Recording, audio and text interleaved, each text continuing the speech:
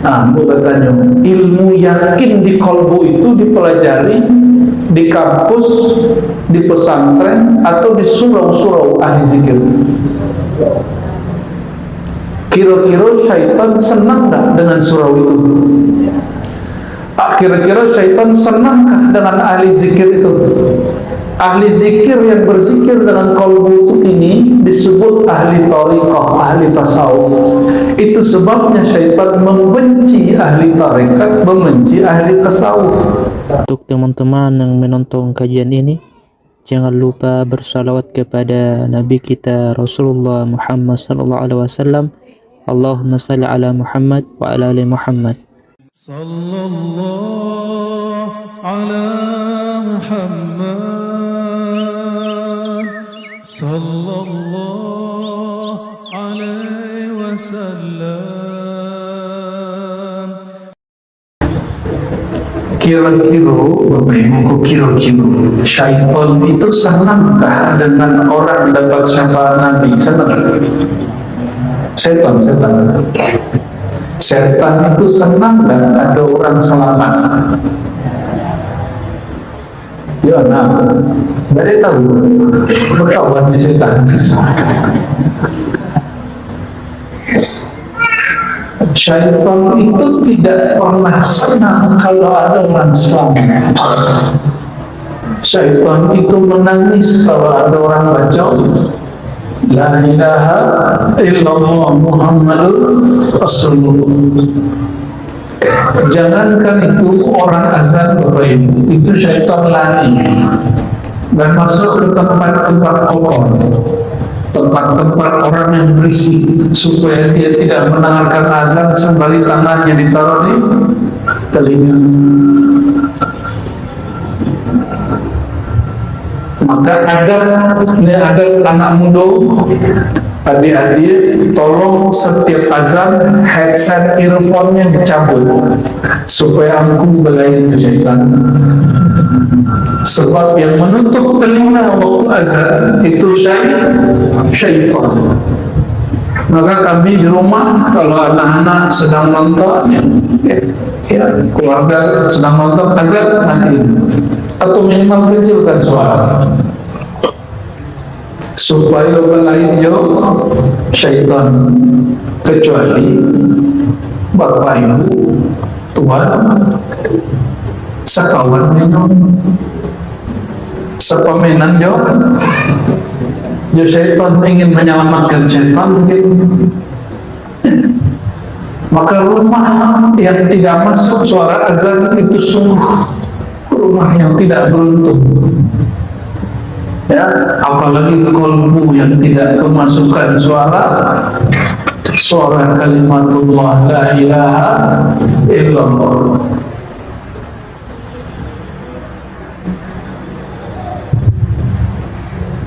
Jadi Sayyidina Abu Hurairah dikabari oleh Nabi, wahai Abu Hurairah, orang yang paling bahagia, paling sukses mendapatkan syafaatku, tiket bantuanku, jangan dikira mudah dapat syafaat Nabi sallallahu alaihi wasallam.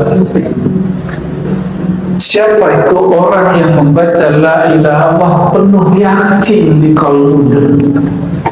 Nah, aku bertanya, ilmu yakin di kalbu itu dipelajari di kampus, di pesantren, atau di surau-surau ahli zikir? Kira-kira syaitan senang tak dengan surau itu? Kira-kira syaitan senangkah dengan ahli zikir itu? Ahli zikir yang berzikir dengan qalbu ini disebut ahli tariqah, ahli tasawuf. Itu sebabnya syaitan membenci ahli tarekat, membenci ahli tasawuf. Ada sekawan syaitan tak? Benci tak sama ahli tasawuf, ahli tarekat? Maka syaitan yuwaswisu fi sudurin nas, mewaswaskan ke dalam dada orang. Dan mengaji lu suruh tarekat lagi ambiku. Itu yang berbicara zahirnya manusia, tapi sifatnya sifat syaitaninya. sifat syaitan. Sebab syaitan itu seperti sering kami sampaikan bahwa Syekh Abdul Qadir Jilani Qutbur Rabbani, pewaris ilmu Sayyidina Muhammad di zamannya, beliau mengatakan dalam kitab Fathul Ghaib, syaitan asyayatin minal jin minal insi asyaddu minal syayatin minal jinni. Syaitannya manusia yang berwajah manusia, yang berjubah ustaz, yang berpangkat buya, itu lebih berbahaya daripada syaitan jin. Apa sebab?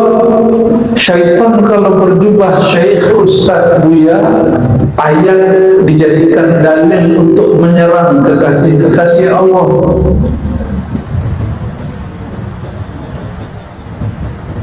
Kalau orang awam, alasannya sederhana, tidak usah ngaji serius, gilo beko, orang awam. Kalau ustaz lain, hati sosek itu kafir itu, maka tertuduhlah kekasih-kekasih Allah itu sebagai orang sesat. Yang menyesatkan ulama siapa? Ulama. Karena yang hasad dengan ulama. Yang hasad je buya siapa? Buya. Mereka mungkin orang berdagang di pasar hasad je buya. Mungkin caleg-caleg, calon wali kota, calon gubernur hasad je buya. Tak mungkin, sebab bukan saingannya. Yang hasad dengan buya sesama buya, sesama ustaz. Dan umat itu paling mudah diarahkan untuk menyesatkan orang yang belum faham. Bapak Ibu saudara-saudari yang bukan Allah, maka hati-hati. Sudah takdir Allah Ta'ala, orang yang memegang ilmu ini akan disesatkan, dikafirkan, dibid'ahkan. Tanyalah beliau, beberapa kali jadi dianggap sesat. Guru kami, ya, buya-buya itu dari dulu selalu dianggap guru sesat. Dek kesalahan beliau tidak jalan, beliau hobinya berguru, dicari-carilah kesalahan. Masa guru ahli zikir suka memegang ANJING, jadi baca Allah. Dicari-cari kesalahan beliau, padahal berburu itu punya sunnah Nabi. Apa kata beliau? Tidak boleh memelihara anjing illa limasyiatin aw lisaydin. Tidak boleh melihara anjing kecuali untuk masyiat, menjaga kebun atau untuk berburu. Yang beliau suka berburu.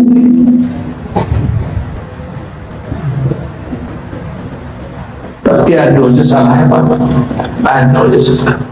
Lah sepanjang itu jenggot sunnah beliau kan salah juga. Allahumma salli ala Muhammad. Karena orang yang membaca la ilaha illallah dakhalal jannah, orang yang baca la ilaha illallah dengan qalbunya pasti masuk surga. Maka syaitan bertubuh manusia yang na'unan nas min ma'rifatil qalb, akan menghalangi banyak orang mengkaji ilmu qalb. Sebab itulah satu-satunya ilmu untuk sukses, berhasil mendapatkan syafaat Nabi Muhammad sallallahu alaihi wasallam. Jadi yang ditembak syaitan itu qalbu, bukan otak. Qalbu, Bapak Ibu. Kalau rusak, qalbu rusak sebenarnya, walaupun seorang akademisi. Yuwaswisu fi sudurin nas, hati-hati kalimatnya, bukan fi qulubin nas. Syaitan itu yuwaswis, memberi waswas fi sudurin nas, di lembaga yang memelihara kolbu, namanya sudur. Di dalam sudur dada itu baru ada kolbu. Jadi syaitan, ini kabar gembira Bapak Ibu, syaitan itu hanya sanggup memberi waswas sampai sudur dada, tidak tembus ke dalam kolbu. Maka dihalangilah dada seseorang supaya dia mempelajari kolbu. Dengan cara apa? Cuma satu, yuwaswisu. Apa arti yuwaswisu? Itu kata kerja aktif dan selalu sampai kiamat, memberi was-was, bisikan, prasangka fi sudurin nas, di dalam sudur. Sebab qalbi bukan wilayah malaikat, bukan wilayah syaitan, bukan. Qalbu itu wilayah Allah. Qalbu tidak dapat dimasuki mursyid, Pak. Mursyid hanya diberi izin melihat qalbu, tapi tidak diizinkan mempengaruhi qalbu, merubah qalbu, tidak bisa. Kecuali yang punya qalbu siap diubah. Makanya ada namanya baiat, itu supaya si kolbu dapat berubah.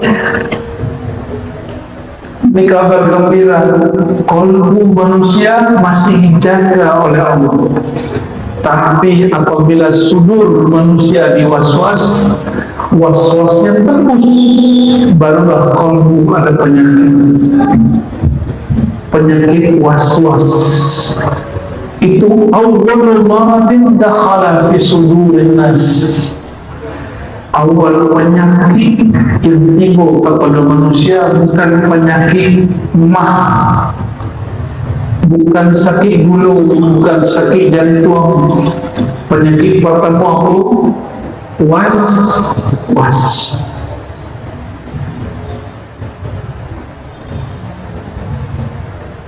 Orang ingin bunuh diri kena waswas bukan? Ya, orang ingin maling kena waswas, bisikan sudah, dibisikkan ke dalam kolbu. Maka dalam hadis dikatakan, hadis qudsi, Allah berfirman, hadis yang masyhur, la ilaha illallah hisni wa man dakhala hisni amina min adabi. Yang mengerti la ilaha illallah lalu membacanya, dia telah masuk kepada benteng aku. Siapa yang masuk ke dalam benteng aku, dia aman dari azabku. Bapak Ibu, ini kabar buruk. Kalau tadi kabar gembira, azab pertama pada manusia adalah gelisah karena menerima waswas. Ya, Sidi Ahmad Rifai, salah satu imam pendiri Thariqah Rifaiyah, imam Ahlus Sunnah bermazhab Syafi'i, sezaman dengan Syekh Abdul Qadir Jilani. Apa kata beliau?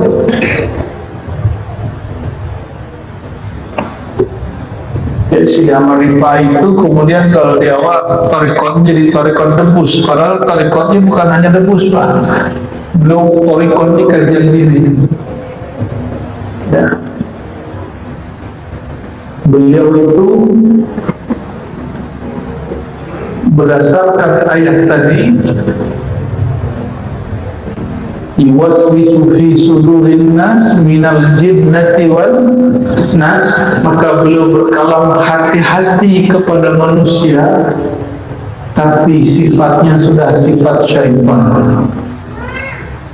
Maka betullah kata Nabi SAW, al-mar'u ala dini khalilih. Seseorang itu dinnya, din itu yang dipandang Allah, itu yang dikolbu. Tergantung dengan siapa dia bersahabat. Maka dalam salah satu obat kolbu, Syifa'ul Qulub Sohbatul Awliya Al-Arifin, Salah satu obat kolbu berkawan dengan kekasih Allah. Berkawan saja sudah taufik, tak boleh berburu. Penyakit kolbu sembuh cukup dengan berkawan dengan orang soleh, sebab was-was hilang. Bapak Ibu, ini sering kami kasih pertanyaan. Orang alim mengenal Allah tidur, orang tidak mengenal Allah sholat. Mana yang lebih ditakuti oleh syaitan? Yang tidur atau sholat? Serius, tidur Pak. Mana yang lebih ditakuti syaitan? Yang tidur. Apa alasannya?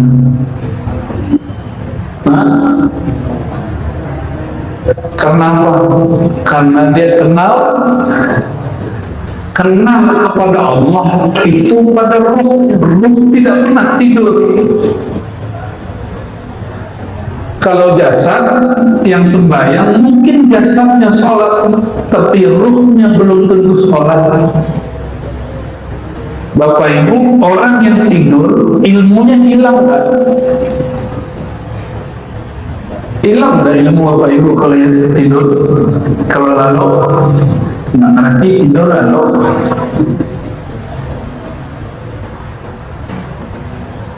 kita punya suatu pengetahuan lalu tertidur, hilang kan pengetahuannya. Kalau orang sedang sembahyang bisa hilang tidak pengenaannya ke Tuhan? Bisa. Kalau orang yang arif billah mengenal Allah tertidur, ma'rifatnya kepada Allah tidak pernah hilang. Karena sekali kenal Allah, selama-lamanya kenal Allah. Sekali la ilaha illallah masuk ke dalam kalbu, selama-lamanya nama Allah tidak keluar dari dalam dada. Kalau makan, lebih bisa nasi naik seorang supaya bisa makan 3 kali sehari, awak bakar rejo siang sampai malam, supaya bisa menyuap nasi. Ya tak? Harus adil. Innallaha yuhibbul muqsitin. Allah suka orang adil. Supaya bisa memasukkan nama Allah kepada kalbu, harus mencarinya lebih gigih daripada mencari piti, harus lebih gigih daripada mencari materi. Allah itu maha pencemburu. Tak ada apa-apanya cemburu ibu-ibu ini. Apa-apa pencemburu Pak? Cemburu itu siapa? Sekete. Yona. Wah, cek betul.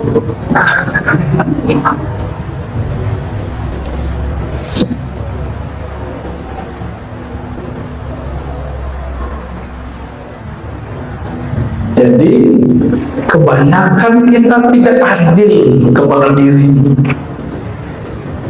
Bapak Ibu, dulu nalah umur 50-60 itu pernah muda. Iya, dia pernah muda atau langsung tua. Betul. Apa langsung tua, Pak, atau muda dulu? Muda dulu ya. Mungkin apa lebih ganteng bulan-bulan.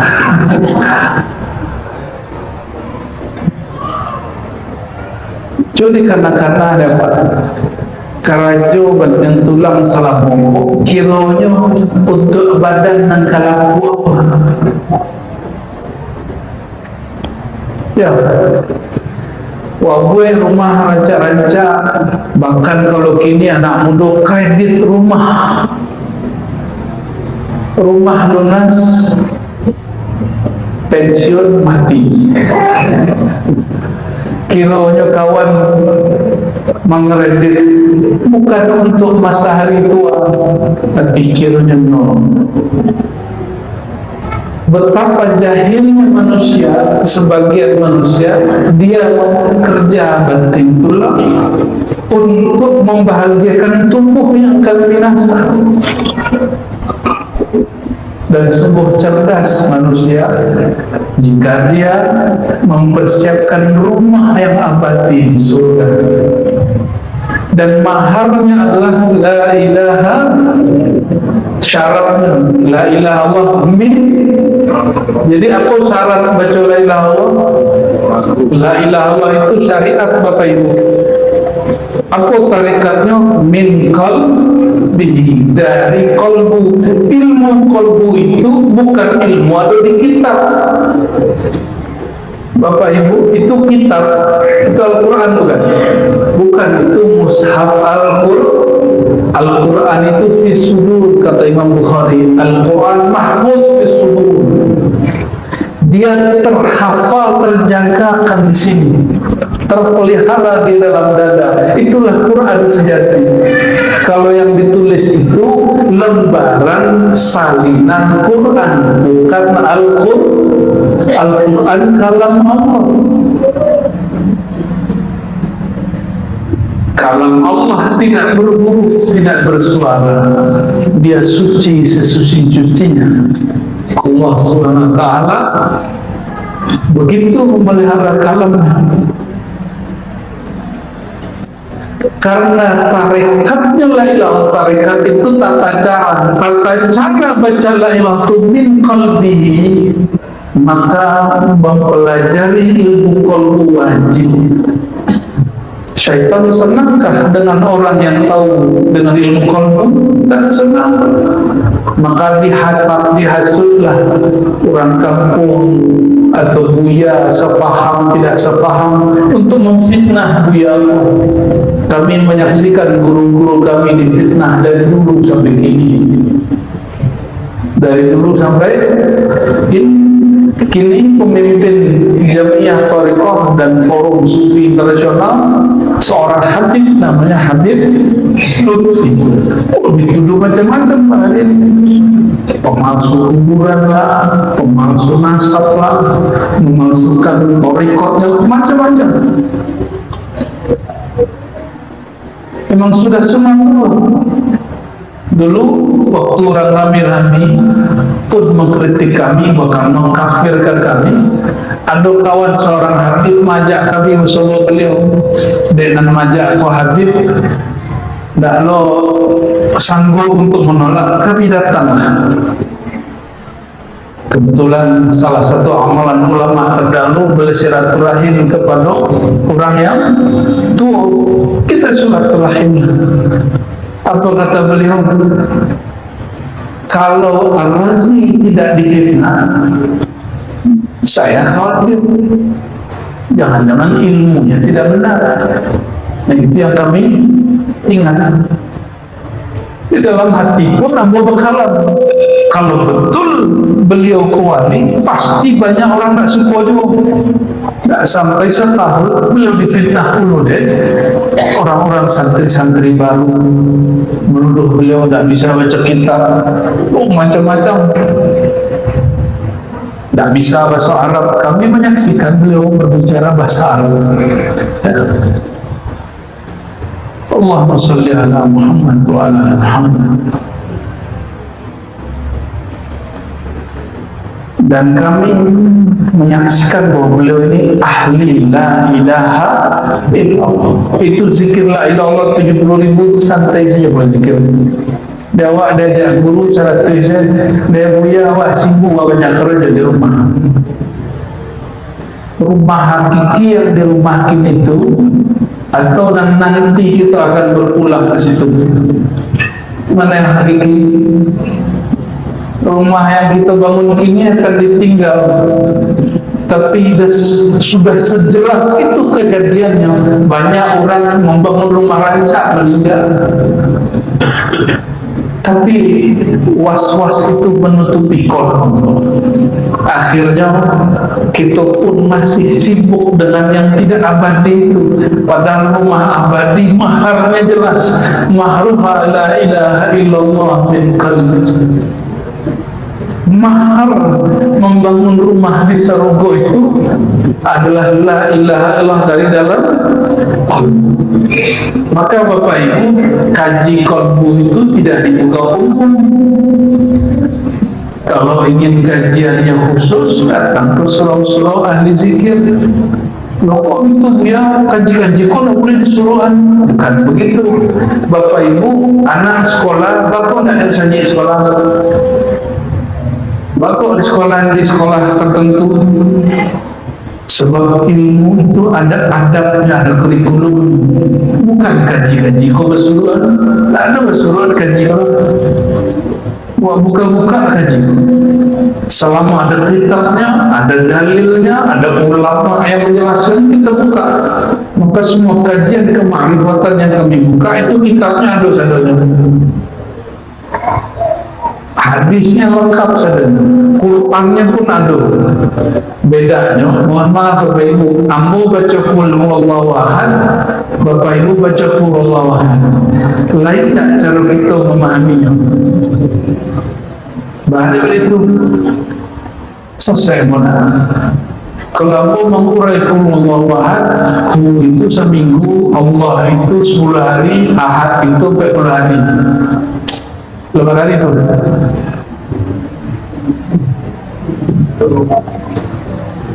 Hu itu adalah seminggu, Allah 10 hari, ahad 40 hari.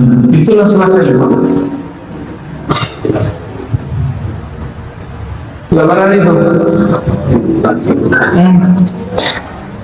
Selesai mana? Atau Pak nak selesai? Janji ya mana? Atau Pak nak janji? Bakal pandai paham tergantung pengajian. Bapak Ibu baca keluaran pakai Kementerian Agama. Kul katakan hai Muhammad, dia Allah Ahad, kan? Dia Allah Maha Esa. 1 menit selesai. Itu namanya terjemahan, bukan paham. Quran itu turunnya ke dalam kolbu Nabi Muhammad SAW. Maka yang dapat memahami Quran, orang yang mewarisi nur kolbu Sayyidina Muhammad SAW.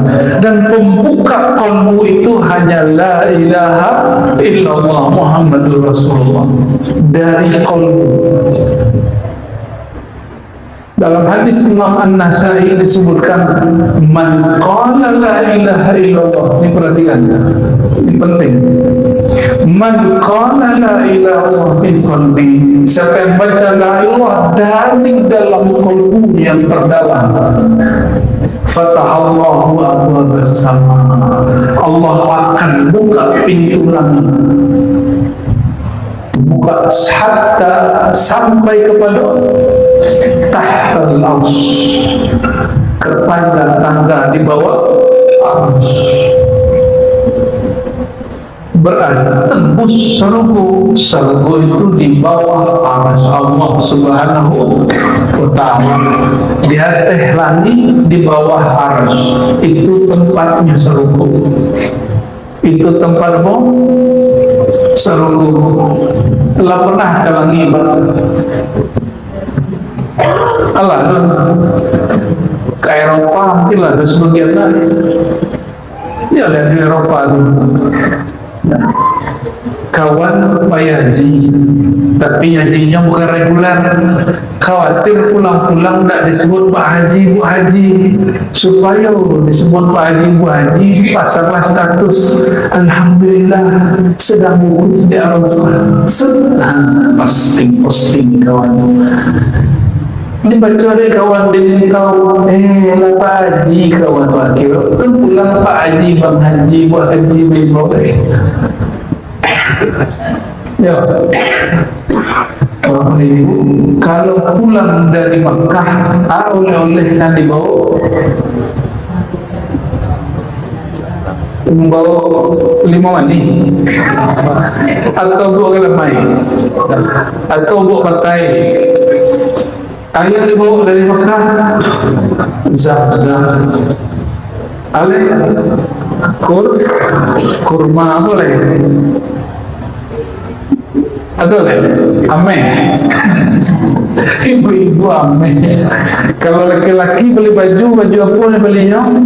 Baju abaya atau baju gamis? Tentu baju gamis. Maka kalau ada orang pulang haji, supaya disebut Pak Haji pulang-pulangnya membawa oleh-oleh dia nak. Kadang-kadang mahal pokok memulai oleh-oleh daripada Pak Haji umrah. Maka suai kami, orang kalau masuk ke dalam kalbunya, kalbu itu Bapak Ibu nyobat timbal balik ke langit. Semakin dalam orang masuk kalbu, semakin tingginya menembus langit. Semakin dalamnya mengenal Allah, semakin yang melewati langit.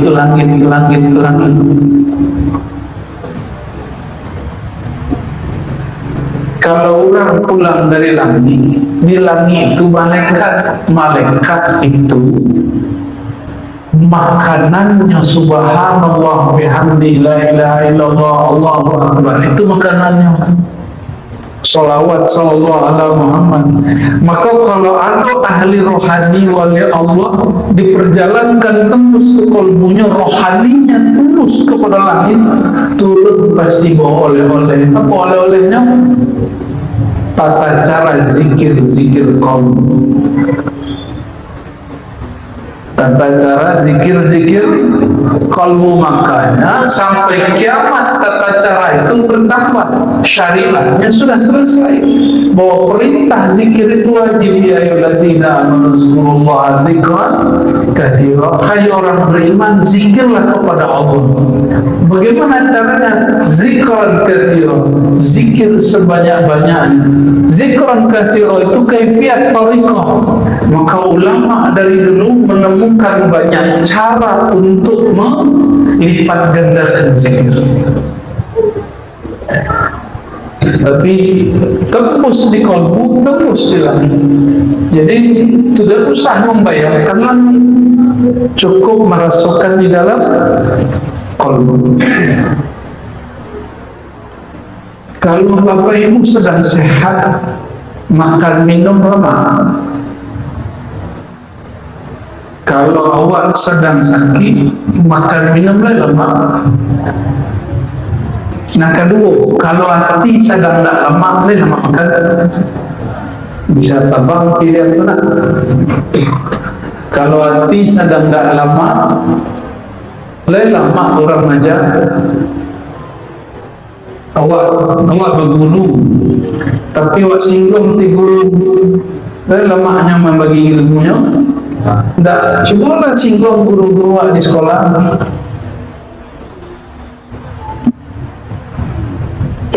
Ambo pernah disuruh kiai untuk mengajar anak sanawiyah. Anak sanawiyah lah kelas 3. Lah masuk lah ke kelas Pak. Main-mainnya di luar. Akhirnya bertunggu sebentar. Setelah masuk orang tu sangka awak tanya, bapak terlambat. Orang tu tak merasa bersalah. Akhirnya berkecil. Alhamdulillah, berartilah kata bapak mengaji. Kalian cari guru lain untuk keluar oleh ya, ibu hati kalau ibu tak lama hati maja. Kalau hati tak lama maja, samu sedekah tapi tak ikhlas. Padahal afdhalus sadaqah nasrul ilm. Sedekah paling tinggi bukan apa bangun pesantren, tapi guru dan majar pesantren itu ilmunya itu lebih tinggi, lebih banyak daripada orang tua. Maka tolong Bapak Ibu dan dermawan-dermawan jangan sampai mengatur-atur ulama.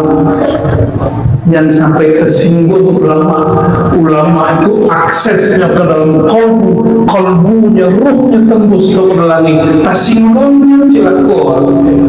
Itu yang disebut di hadis Nabi, man 'ada li waliyan, siapa yang menyakiti kekasih aku, yang mempenyisir la ilaha illallah, faqad azantuhu bil haqq, aku akan nyatakan perang kepadanya dengan mengirim tentara-tentara kepadanya. Bil haqq, tentara Allah dulu, ada tentara alam, ada tentara tabiat. Alam bencana itu biasa, kiranya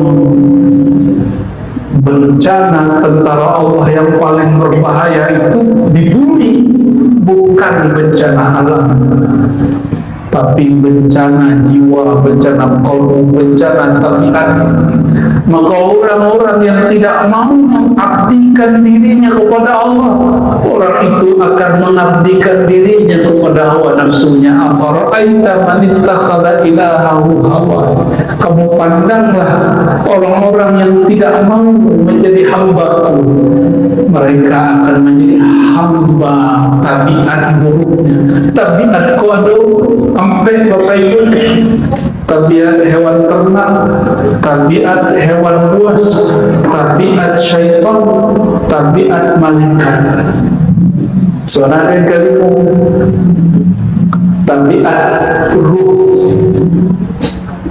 Tapi di kitab Imam Ghazali sampai itu yang beliau kunci yang kalimu, beliau tahu, tapi di kuncinya yang kalimu, digabungnya sampai. Pertama aku tabiat aku hewan ternak atau binatang. Jelaslah binatang Bapak Ibu, kucing dia jelas kucing. Kucing itu induknya kalau sebok dia anaknya lah setahun nak sebok kawin. Ya lah. Betul tak? Ya, babi sama. Babi itu bahasa orang lain kawan, canggung apa? Bukan tabiatnya. Pemak. Cunguk. Ele sabu bahasa adik minggu. Tamak. Itu si babi. Ketapakan si babi itu ada karakter itu dia. Maka babi itu najis tak najis, halal tak halal, sama aja. Orang kalau sudah kena penyakit tabiat hewan ternak seperti babi, halal tak halal, sama aja. Dari musim politik jangan sampai alun menjadi wali kota, alun jadi bupati, lama pakai makan haram. Ya, patuhilah jalan buru anak. Sakit punggung kami Bapak Ibu. Carilah gubernur baru ya. Dan mengertinya apa hak bangsa rakyat, tidak memikir partainya seorang. Orang kalau jadi gubernurnya bukan menyenangkan partainya lah, harus membuat ridha Allah dengan membahagiakan anak didiknya, anak bangsanya.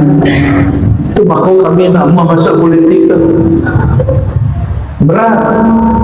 Tapi Bapak Ibu, ganjaran reward dari Allah bagi politisi yang adil dan amanah lebih dahulu dijaga Allah daripada kami. Kalau kami lain jaga Allah nanti, kalau insya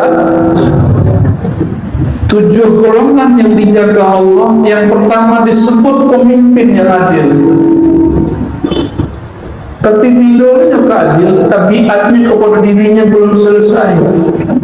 Maka cari pemimpin yang tidak bertabiat hewan ternak, tamak. Tamak itu ciri-cirinya juga cukup dengan dirinya, tapi ngambilnya punya orang. Khawatir rezekinya diambil orang. Itu karakter hewan ternak. Bapak Ibu cek, adakah terpikir kawan awak sukses, kawan awak beruntung, berjaya, awak indah, kecek awak dan kelajo inyo lah mendapat. Ya itu awak cek. Itu ciri-ciri orang tamak. Jiwanya sakit, tapi rumah sakit jiwa tidak mampu menyembuhkannya. Ya mampu menyembuhkan rumah-rumah tarekat, rumah-rumah ahli zikir. Kata biar kedua buas, keakuan muncul. Awak preman siko, awak anak orang siko. Kalau jadi pejabat, ada berpangkat. Hati-hati Bapak Ibu ya. Hati-hati kalau ada jiwa itu jiwanya naik sepek lumayan lah, dari buas, dari tamak menjadi orang buas. Harga diri nomor satu. Nak makan nak lalu, yang penting harga diri itu. Asal salah orang, banyak orang sakit mah. Tapi nak sakit mah jadi tuduh ulonyo. Dan ketiga apa? Karakter apa? Syaitan. Syaitan itu lemah. Cuma syaitan itu waswisunya cerdas, suku membisin orang, suku madu domba orang. Ya, kalau di bawah politik yang dia domba politisi. Kalau di dunia kaji yang dia domba majelis tarekat, surau, saji, buya, mursyid. Datang orang ke guru kami yang Buya Kasir, tanya kawan tu Buya, kau suket dan balin.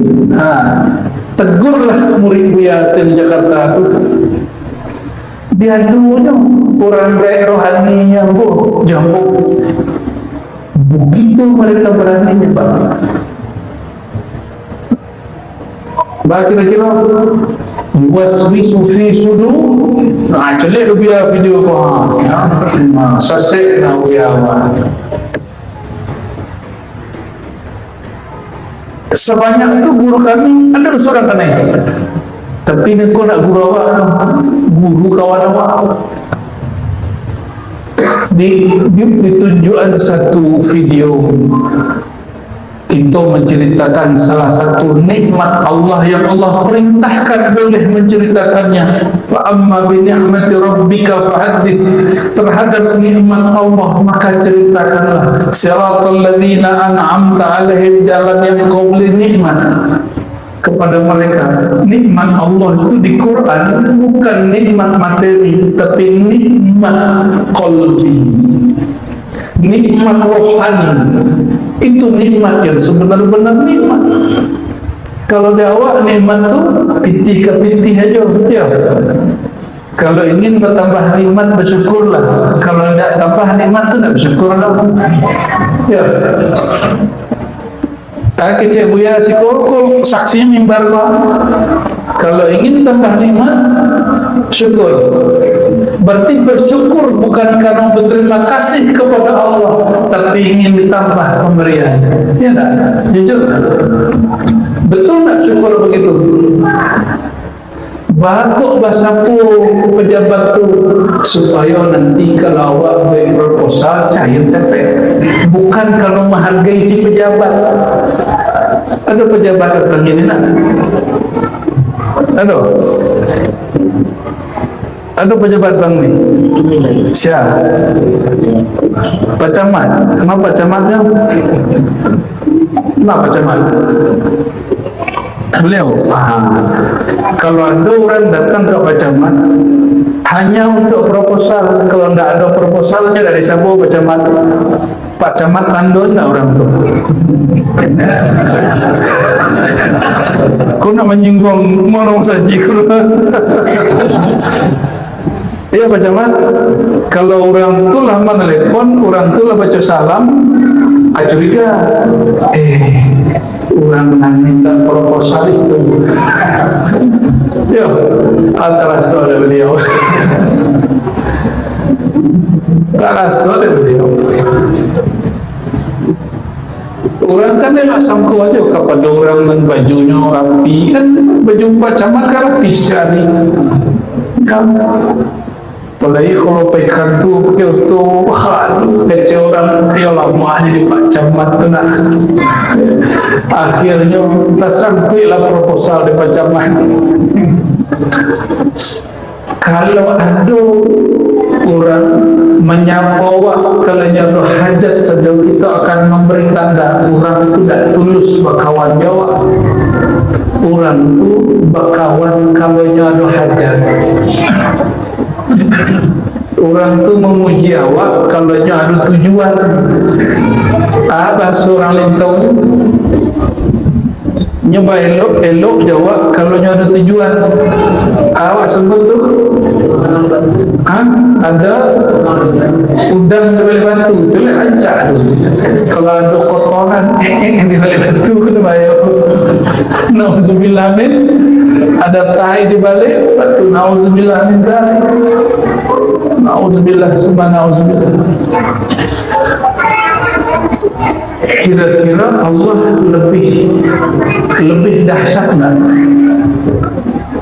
Allah lebih dahsyat.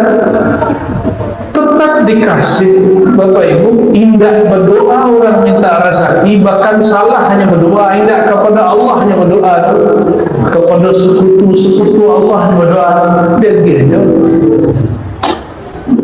Tak tahu yang nambang jalan antara liau jo, antara lintau jo Alaban tu. Ini bertuhan kepada Allah jangan. Nampunyo tambang mungkin dah lo kan. Tapi kayaknya pada orang yang sembahyang nang kerja di situ. Artinya rezeki itu sudah dijamin, diminta lagi. Bukan dia awak banyak doa, rezeki banyak. Ya, Allah itu sudah menakar rezeki sebelum awak lahir. Termasuk nyalon-nyalon gini jangan stres benar kalau nanti tidak lolos. Sebelum alam kadu, bapak ibu yang nyalon itu lah ditentukan dia Allah. Ya, kok lahir orang itu datang ngaji. Kalau datang ngaji dah paham gitu.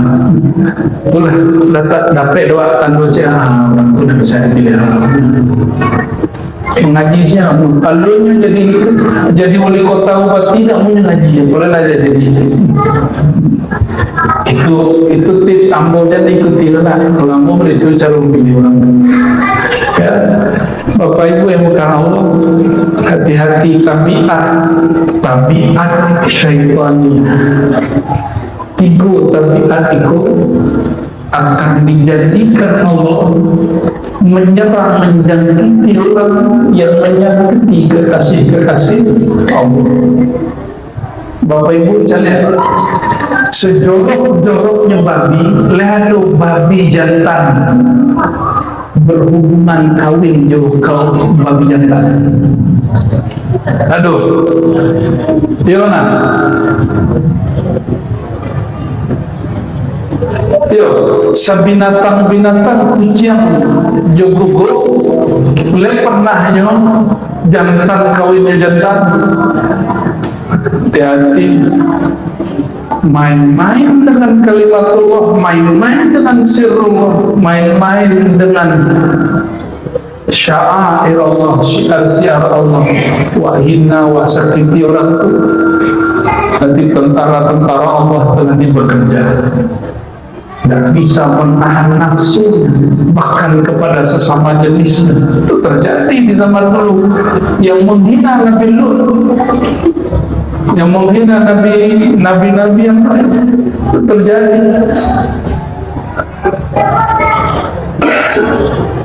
Semoga Allah jaga dari kita. Amin ya rabbal alamin.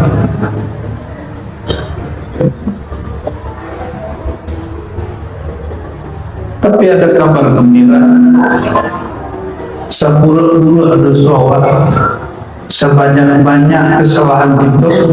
Apa kata Nabi SAW?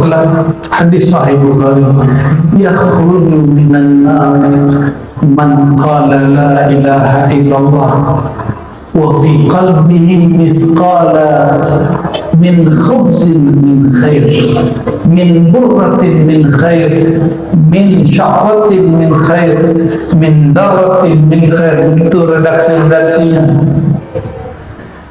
Pasti akan keluar dari azab neraka orang yang di kolbunya, orang yang membaca la ilaha illallah dan di kolbunya ada nur kebaikan, walaupun sebiji nasi, walaupun sebiji kerikil, bahkan lebih kecil dari itu, sebiji zarah sebesar atom.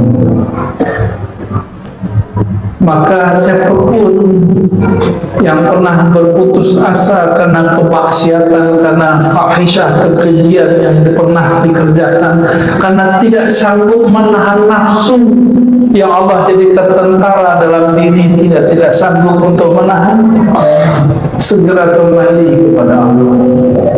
Perbanyak, perkuat kalimah la ilaha illallah, pelajari ilmu qalbu. Setelah itu jangan balik kepada kawan dalam kawan yang baru. Sebab rusaknya seseorang ketika rusak kawan. Elok seseorang ketika elok kawan. Bapak Ibu, kalau tidak rohani kita kuat, maka berkawanlah dengan orang yang kuat rohani.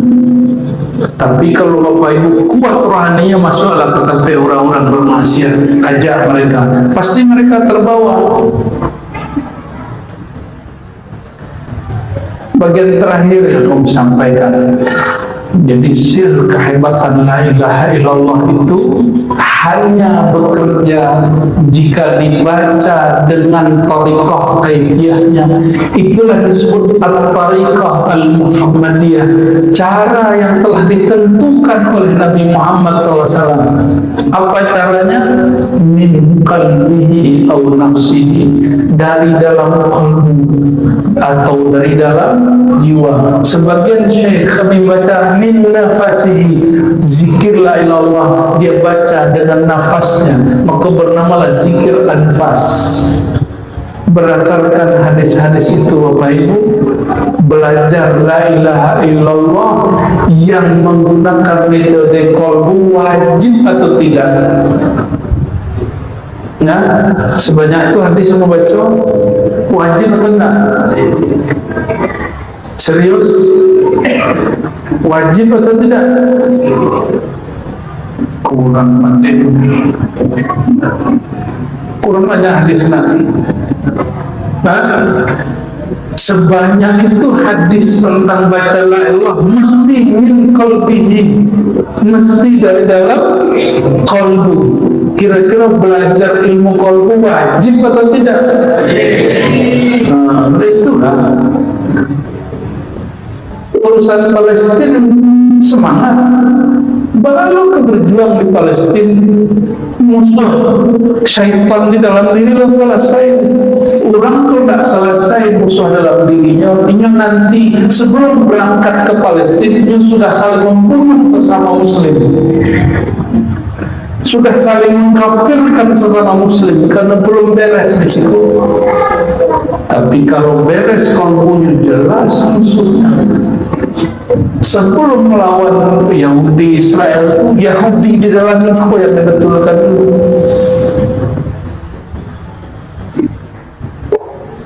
Kalau udah bicara Gaza, semangat berapi-api, seakan-akan Islam itu harus emosi. Enggak.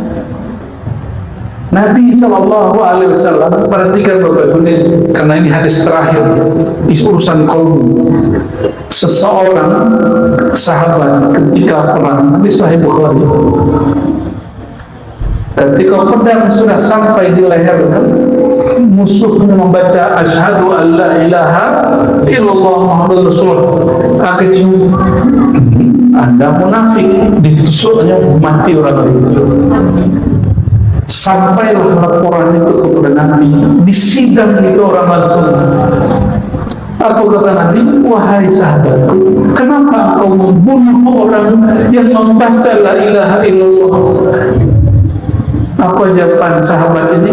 Wahai baginda, dia itu baca la ilaha illallah karena takut kepada pedang aku. Dan ini Sahih Bukhari. Lalu Rasulullah marah dan mengatakan,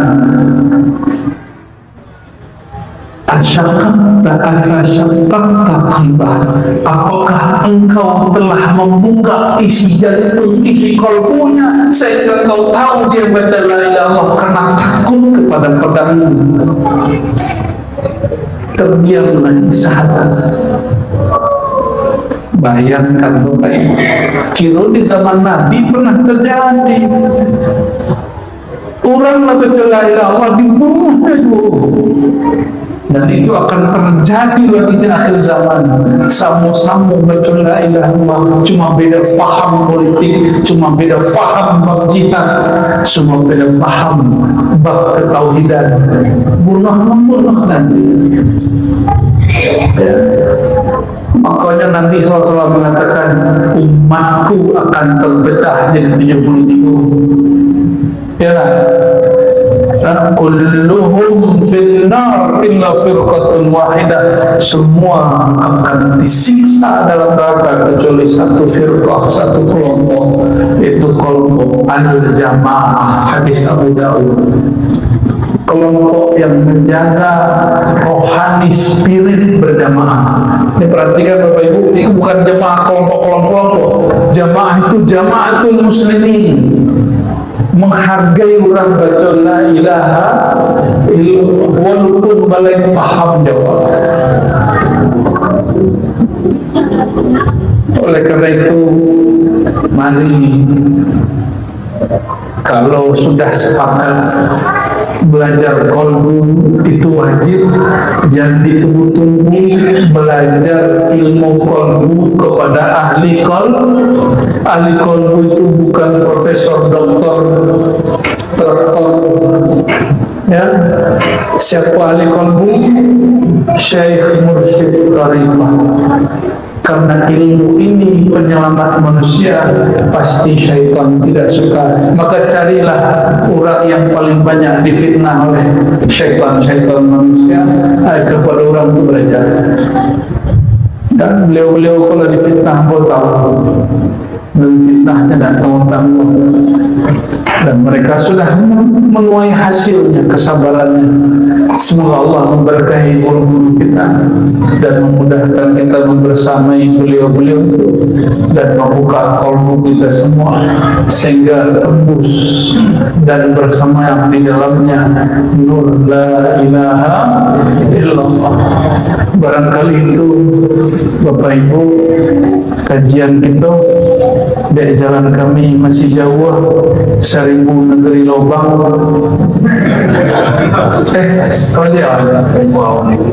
Jadi ada tulisannya tadi, selamat datang di negeri wisata 1000 lubang. Karena kami akan menembus lubang-lubang. Mohon maaf malam kini tidak ada PT. Jawablah. Kau kebetulannya datang ke kumpul ambo sampai hari Sabtu siang, Ahad masih di Surau Nur Mutmainah Kota Tengah sampai Kumpul Barat.